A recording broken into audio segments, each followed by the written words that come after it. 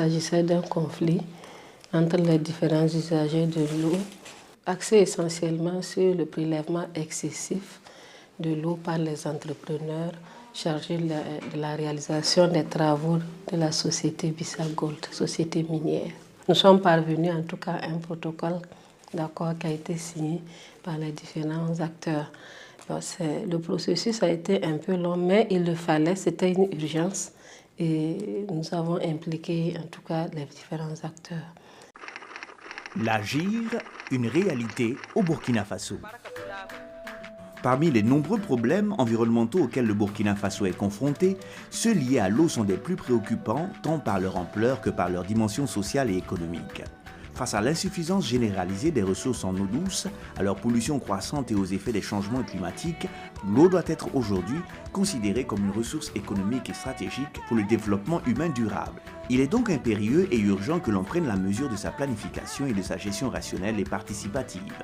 Ce pays sahélien, enclavé, est confronté à de nombreux problèmes qui se manifestent sous différentes formes. Nous recevons de l'eau que de la pluie, puisque nous sommes globalement en tête de l'ensemble des bassins versants qui drainent notre pays. Et les cours d'eau donc prennent source chez nous et coulent vers les pays voisins. Donc les seules ressources que nous recevons sont les ressources météorites, c'est-à-dire la pluie, qui engendre le ruissellement, qui engendre l'infiltration et qui constitue donc les ressources en eau de notre pays. Depuis les années 70, on se rend compte que d'année en année, il pleut de moins en moins. Nous avons donc, toutes les tendances nous montrent que ça va à la baisse. Autre aspect, c'est que, évidemment, le contexte social et économique est plutôt à la hausse. Parce que sur le plan social, la population augmente, donc les besoins humains sont de plus en plus nombreux, mais également au plan économique, nos activités ne font que progresser. Nous avons un tissu industriel qui commence à devenir assez conséquent, avec maintenant l'arrivée donc de l'industrie minière, dont les besoins sont extrêmement importants, mais parallèlement avec l'augmentation de la population, les besoins, par exemple, pour l'agriculture et l'élevage aussi vont sans cesse croissant. Dès le milieu des années 70, le Burkina Faso a entrepris un effort important de mobilisation des ressources en eau par la réalisation de barrages et de retenues d'eau de toute taille. Dans le cadre de cet effort de mobilisation des ressources en eau, pour les mettre au service du développement, notre pays a adopté en 1998 le document de politique et de stratégie en matière d'eau. Ce document définit les principes fondamentaux de la gestion de l'eau au Burkina Faso, à savoir la gestion intégrée des ressources en eau, GIR. La GIR est un mode de gestion de l'eau qui, à la différence de la gestion sectorielle, prend en compte tous les facteurs pertinents et associe tous les acteurs en vue d'un partage équitable et d'une gestion durable des ressources en eau. Nécessairement, il faut aller vers un nouveau mode de gestion qui permette donc d'assurer la préservation de cette ressource pour les besoins présents, mais aussi pour les besoins futurs. Et également, en prenant en compte les orientations qui ont été donc données au niveau international, donc depuis les années 90, donc en ce qui concerne les principes de gestion intégrée des ressources en eau, auxquels notre pays a adhéré.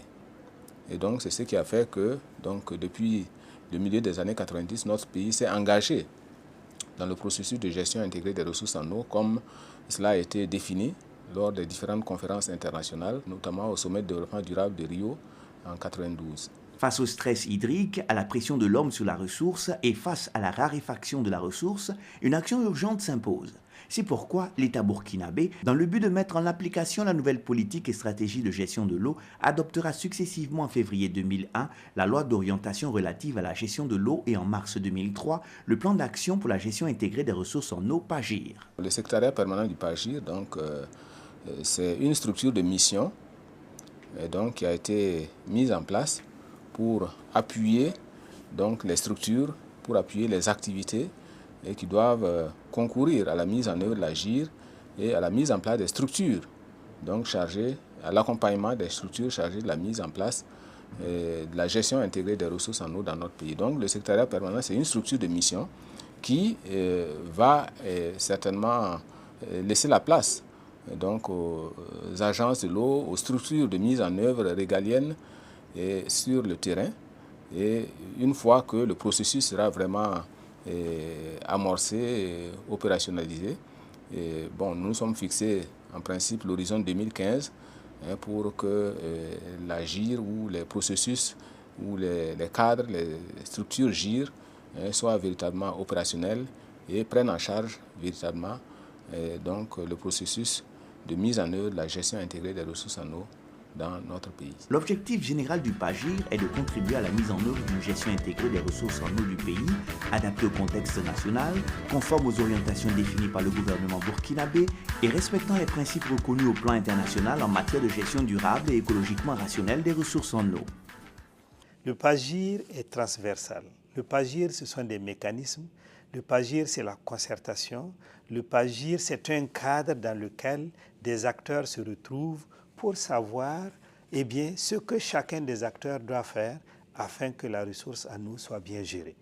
Donc les mécanismes que le PAGIR met en œuvre s'appliquent également au ministère de l'Agriculture, tout comme ça s'applique au ministère des Mines, tout comme ça s'applique au ministère donc, des Ressources animales, voyez-vous. Donc c'est pourquoi nous avons mis en place un secrétariat permanent qui, en quelque sorte, est une structure de mission dont la durée de vie est très limitée dans le temps parce que nous nous mettons dans un contexte où, à un moment donné, chacun des acteurs saura exactement ce qu'il a à faire et nous aurons mis en place les mécanismes et les structures pour permettre aux acteurs de dialoguer entre eux sans qu'on ait besoin d'un cadre, enfin d'une structure pour prendre cela en compte.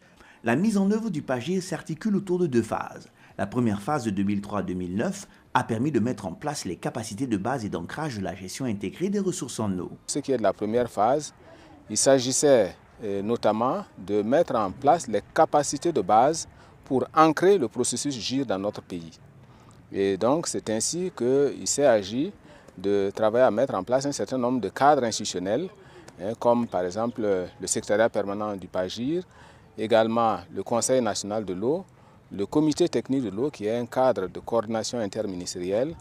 Également, il s'est agi de travailler à construire le système d'information sur l'eau et aussi adopter un certain nombre de textes réglementaires en accord avec la loi d'orientation relative à la gestion de l'eau. Ça, c'est un peu un certain nombre d'actions qui étaient assignées à la première phase du PAGIR et que nous avons travaillé à mettre en œuvre. Au terme de la phase 1, le bilan synthèse a conduit à l'élaboration de la seconde phase 2010 à 2015 en vue de consolider les acquis et de définir les actions décisives pour l'opérationnalisation de la gestion intégrée des ressources en eau. Sur la base des acquis, la première phase, sur la base des difficultés qui ont été rencontrées, et la phase 2 va mettre l'accent sur, d'une part, l'opérationnalisation des agences de l'eau. C'est-à-dire travailler à faire en sorte que les agences de l'eau, l'ensemble des agences de l'eau, les 5 agences de l'eau soient mises en place et soient fonctionnelles. Donc ici, d'ici à l'horizon 2015, parce que c'est là que véritablement la gestion des ressources en eau va s'opérer à l'échelle des espaces de gestion qui ont été définis à l'échelle des bassins hydrographiques. Ensuite, il s'agira de faire en sorte que la réglementation soit effectivement appliquée. Il faut travailler à faire en sorte que les textes réglementaires qui ont été pris soient mis en œuvre à travers des procédures qui vont être définies pour que les ressources en eau soient protégées. Ensuite, il s'agira de consolider, travailler à consolider la connaissance et le suivi des ressources en eau. Parce qu'on ne peut pas gérer ce qu'on ne connaît pas. Il faut savoir de quelle quantité d'eau nous disposons, et en qualité, en quantité, et donc de façon à pouvoir mieux gérer cette ressource, de façon aussi à pouvoir gérer un certain nombre de risques liés à cette ressource. Voilà. Et donc c'est un peu les grands défis qui sont aujourd'hui placés devant nous et que nous allons essayer de relever à travers la mise en œuvre de la seconde phase de notre plan d'action qui va s'exécuter sur la période 2010-2015. Le financement de la mise en œuvre de la seconde phase du PAGIR a été estimé à un coût global de 21,3 milliards de francs CFA, dont les principaux partenaires sont les coopérations danoises et suédoises, le MCC USA. Du point de vue du Danemark, la bonne gestion de l'eau est importante partout dans le monde. Et non le moindre dans un pays sahélien avec un climat relativement sec et relativement chaud. Danemark a donc accompagné le PAGIR depuis la conception et nous espérons que graduellement cela va permettre que l'eau sera mieux gérée au Burkina. Il faut noter que la mise en œuvre du plan d'action pour la gestion intégrée des ressources en eau a permis d'engranger d'énormes acquis aussi bien en termes de mise en place du cadre institutionnel que de réglementation du secteur. S'agissant des acquis en termes de mise en place du cadre institutionnel, on peut citer entre autres l'opérationnalisation des 5 agences de l'eau dont 3 sont fonctionnelles, à savoir l'agence de l'eau du Nakambe qui couvre 7 régions sur 13, l'agence de l'eau du Mouhoun qui couvre 6 régions, l'agence de l'eau des Cascades qui couvre 3 régions. L'agence de l'eau du Nakambe, c'est un groupement d'intérêt public convenu entre l'État, les collectivités, l'État, bien sûr, représenté par les ministères en charge des finances et les ministères en charge des ressources en eau. Donc, convention qui permet de gérer les ressources en eau sur un espace de gestion. Et ici, c'est l'espace de gestion du Nakambe, qui a une superficie de plus de 60 000 km². L'agence de l'eau aussi, c'est quand même une structure qui comprend un comité de bassin qui est considéré comme l'assemblée générale de l'agence et qui décide sur les grandes questions à mener sur l'ensemble du bassin. Ce comité de bassin est composé de collectivités, 15 collectivités, composé aussi de représentants de l'État 15, composé de représentants aussi des usagers 15. Ensuite, vous avez les conseils d'administration aussi, qui est une émanation du comité de bassin avec 5 représentants pour chaque catégorie que je viens de citer et un représentant du personnel. Et ensuite, vous avez la direction générale qui aujourd'hui est forte de près de 20 personnes. L'agence de l'eau du Nakambe, c'est encore des comités locaux de l'eau qui sont mis en place. Aujourd'hui, on a 24 comités locaux de l'eau qui sont dans l'espace de gestion du Nakambe. Mais il faut dire que tout ça, c'est appelé à restructurer aussi. Et à terme, on doit être autour de 44 comités locaux dans l'espace de gestion du Nakambe.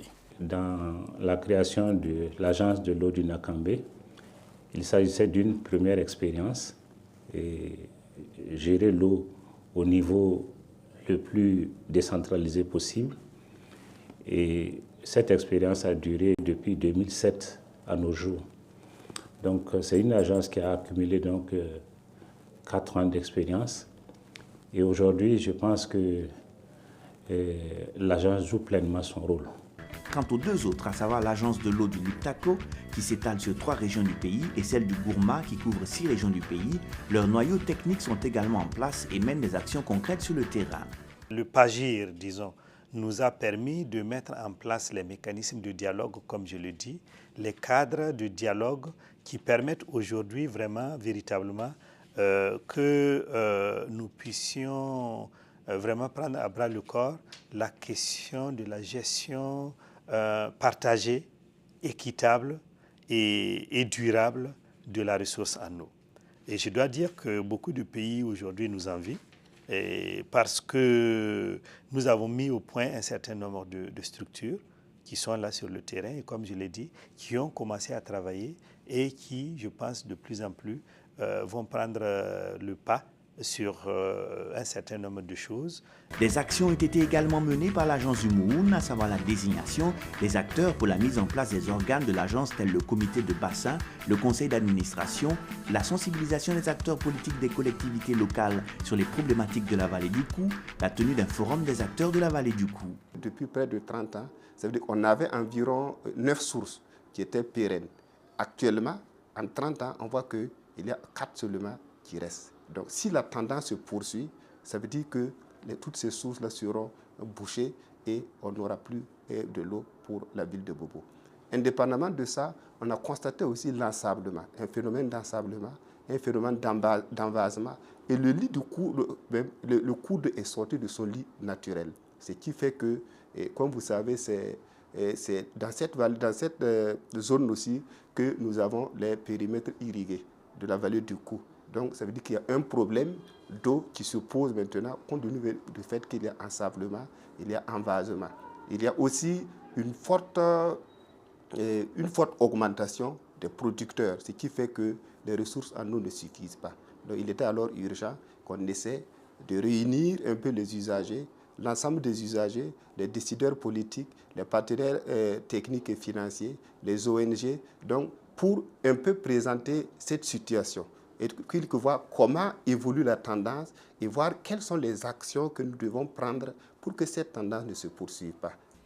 La dimension transfrontalière du bassin du Sourou a nécessité la tenue d'un atelier du bassin du Sourou entre le Mali et le Burkina afin de définir un plan d'action et la mise en place de 2 comités pour l'élaboration des textes du comité transfrontalier du Sourou. On a amené les décideurs politiques des 2 pays et on a présenté un peu la problématique, les acteurs, et pour permettre à ce que les gens soient au même niveau d'information et sachent qu'il y a urgence d'anticiper, d'accompagner les acteurs pour une meilleure gestion des ressources en eau. En ce qui concerne les actions menées par l'agence des cascades, nous pouvons citer la désignation des acteurs pour la mise en place des organes de l'agence dans le comité de bassin, le conseil d'administration et le comité local de l'eau. Comment satisfaire les besoins en eau de l'ensemble des usagers, à savoir la Sosuco pour l'irrigation de ces champs de canne à sucre, les producteurs de la plaine de Karfilga, les pêcheurs, l'ONEA, les maraîchers, dans un contexte de diminution constante de la ressource. La gestion intégrée des ressources en eau revêt tout son sens au niveau du bassin hydrographique de la Comoé.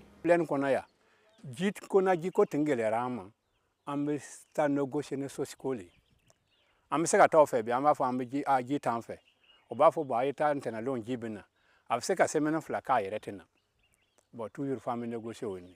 2008, on s'est grâce à comment nous avons eu un bénin à quoi classique. On y a au bureau c'est où il y a au bureau qu'on est. Là maintenant, na amena campagne d'âme. Il a fallu 600 mettre les manas net les manas campagne mena d'âme. Ameta c'est cagnon y. J'ai hacké le barrage qu'on a le barrage Moussodougou, Lobby, Bodadjougou, amo ani Tusiana, amo barrage nous flé. Candidat du Malébé. Na Laura Kaban, amusra ka programme kei. Bon, Karfigla kakane du Malé. Oba da fonye. Sochikobe hakayanta. Onia beminta. Obo badam. En tout cas, depuis que les sigira, aïdo bonne et recasségra, aïdo bo plein fanaka diko gelera. Devenus de véritables acteurs de la gouvernance de l'eau, à la base, ces comités locaux de l'eau s'activent au quotidien pour une utilisation rationnelle de la ressource. En début de saison pluvieuse, il y a les pépinières que les gens préparent au niveau de la plaine périmètre irrigué. Ils utilisent l'eau jusqu'au mois d'octobre. Et à partir du mois d'octobre, le comité local de l'eau se charge de demander cette régulation-là, d'imposer même cette régulation, afin que les autres usagers, les maraîchers, qui ont une pression très forte en aval comme en amont du barrage, et cela pour qu'ils puissent travailler au moins 5 mois durant.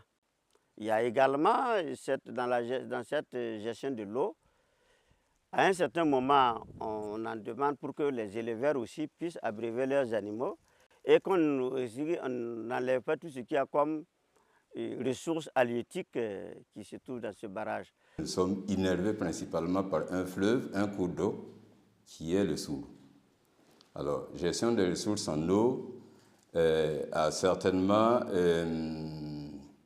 des enjeux assez particuliers donc, au niveau de cette vallée, puisque toute la dynamique de développement agricole que nous souhaitons au niveau de cette vallée est basée sur l'utilisation de ces ressources en eau. Alors, nous avons donc intérêt à adopter une bonne conduite, une bonne gouvernance de ces ressources en eau pour pouvoir donc mettre en œuvre donc, cette dynamique. an ye mɔgɔ fila fila bɔ mɔnikɛlaw cɛ ma ka kɛ comme brigade verte olu bɛ se ka ji kɔrɔsi bon munna nankɔbaara fana n'a bɛ kɛra jidara donc ka se k'ale nin fana kɔrɔsi parce que nankɔbaara n'a bɛ kɛra ale sɛnɛkɛ bɔgɔ minnu bɛ san bɛ kɛ ji bɛ se ka bɔgɔ ninnu cɛ ka na ba yɛrɛ gere. À l'ouest, les membres du Clécou ont à cœur la préservation de la ressource commune fortement menacée. On a observé de part et d'autre, depuis le canal jusqu'au périmètre, qui fait 11 km, l'installation anarchique de producteurs qui, pour mener leurs activités, font ce qu'on appelle le chiffonnage. Donc, ils font des tranchées, quitte même certains producteurs qui détériorent le canal principal pour pouvoir irriguer leurs parcelles. Donc, il faut qu'au sein, par exemple, du Clé, on appelle tous ces acteurs-là, qu'on les écoute et qu'on propose des solutions. Le premier problème qui se pose, on peut dire aujourd'hui, l'eau manque. On n'a pas assez d'eau pour satisfaire toutes ces activités, à la demande des intéressés. À tel point, donc, quand certains ont prélevé, d'autres en manquent pour leurs activités. Mais le deuxième problème qui suit, et qui le demande de gratter un peu aussi, c'est aussi la gestion pour l'instant du peu qu'on a. Même si la ressource n'est pas suffisante, et une des raisons de la pénurie, c'est aussi les méthodes de gestion. Comment est-ce qu'on utilise cette eau? Est-ce qu'on l'utilise de façon efficiente? Et l'autre problème, qui fait qu'il y a des conflits, parce que tous ces problèmes peuvent exister sans que les hommes eux-mêmes n'entrent en conflit. Ce qui fait que les hommes entrent en conflit, c'est qu'ils n'ont pas l'occasion, suffisamment en tout cas de notre point de vue, de se concerter et de définir ensemble ce qu'il faudrait faire ou ne pas faire. Chacun a raison, mais tout le monde a tort. Chacun a raison tout simplement parce que quand on installait la vallée du Cou, on n'avait pas pensé à tous ces mécanismes-là. Donc on a vu la vallée, le besoin de l'eau, et on a juste fait en sorte que toute l'eau qui vient soit pour les besoins, donc pour satisfaire les besoins de la vallée. Et on n'a pas tenu compte que voilà, d'autres acteurs également, de façon légitime, auraient également besoin de cette eau. Et aujourd'hui, avec la pression démographique et l'augmentation des activités agricoles, les gens se disent c'est bien de faire de l'agriculture, mais il me faut de l'eau. Donc, ils vont aux abords et puis ils se disent, ah tiens, s'il y a de l'eau qui coule, pourquoi moi, je ne pourrais pas en avoir usage, surtout si ça passe à côté de ma propriété.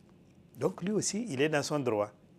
Mais tout le monde a tort, tout simplement parce que, justement, on ne met pas en œuvre les mécanismes de la gestion intégrée de la ressource en eau. Bon, on s'en est rendu compte et il y a quelques mois, j'ai tenu à Bobo-Dioulasso une grande réunion de tous les acteurs autour du coût. C'est-à-dire qu'il faut gérer le coût, le système du coût de façon intégrée. Quand on prend le problème de façon intégrée, en ce moment, on a une bonne cartographie de l'ensemble des acteurs et forcément de leurs besoins. Et qu'à partir de ce moment, eh bien, on examine le problème dans sa globalité. Nous avons le devoir de fournir suffisamment d'eau aux usagers qui sont de l'autre côté là-bas au niveau de la vallée du Cou, mais nous avons également le devoir de satisfaire d'autres personnes en chemin. Comment il faut le faire? Il faut faire un schéma d'ensemble. C'est ce que nous sommes en train de faire actuellement. Et une fois que ce schéma d'ensemble sera fait, vous allez voir que nous allons commencer petit à petit en appliquant et vous allez voir que chacun sera satisfait. Toutefois, la mise en œuvre de la gestion intégrée des ressources en eau sur le terrain ne se fera pas sans difficulté. Ces difficultés sont d'ordre fonctionnel et organisationnel. Toutes ces questions, ce sont des hommes qui vont les résoudre, ce sont des hommes qui vont les poser. Et si au niveau des ressources humaines, effectivement, il n'y a pas une animation et une mise en relation positive, alors d'abord au niveau des usagers, ça fait des conflits. Au niveau des administrations, ça fait de la paralysie ou à certains moments des décisions pas toujours à bon escient. Mais tout ça, tout simplement parce qu'effectivement, au niveau de la gouvernance, on n'a pas mis en place ou on n'a pas pu en tout cas voir très clairement quel est le dispositif. Les défis pour rendre plus opérationnelle la gestion intégrée des ressources en eau à l'échelle du pays à l'horizon 2015 se résument en une série d'actions à entreprendre. Nous appelons tous les acteurs pour qu'ils puissent véritablement s'impliquer dans les différentes actions qui sont menées dans le cadre d'une bonne gestion de cette ressource, la préservation de cette ressource, que chacun à son niveau et donc travaille à travers son comportement quotidien à montrer qu'il veut préserver la ressource, non seulement pour les besoins présents, mais aussi que cette ressource soit préservée pour les besoins futurs, que les uns et les autres adhèrent aux principes, adhèrent aux actions qui sont préconisées et donc travaillent à changer leur comportement par rapport donc à la gestion qui a toujours prévalu pendant longtemps, ça veut dire donc le gaspillage, la gestion sectorielle et également la pollution à travers donc le rejet donc de polluants de toute nature. Donc nous appelons tous afin qu'ils participent, qu'ils contribuent, qu'ils collaborent pour assurer une bonne gestion de cette ressource pour le présent mais aussi pour le futur. Chaque acteur, en jouant le rôle qui est le sien, assurera aux différentes agences de l'eau les conditions d'une bonne application des principes de la gestion intégrée des ressources en eau afin de permettre à chaque usager de trouver son compte. C'est bien possible, il faut y croire.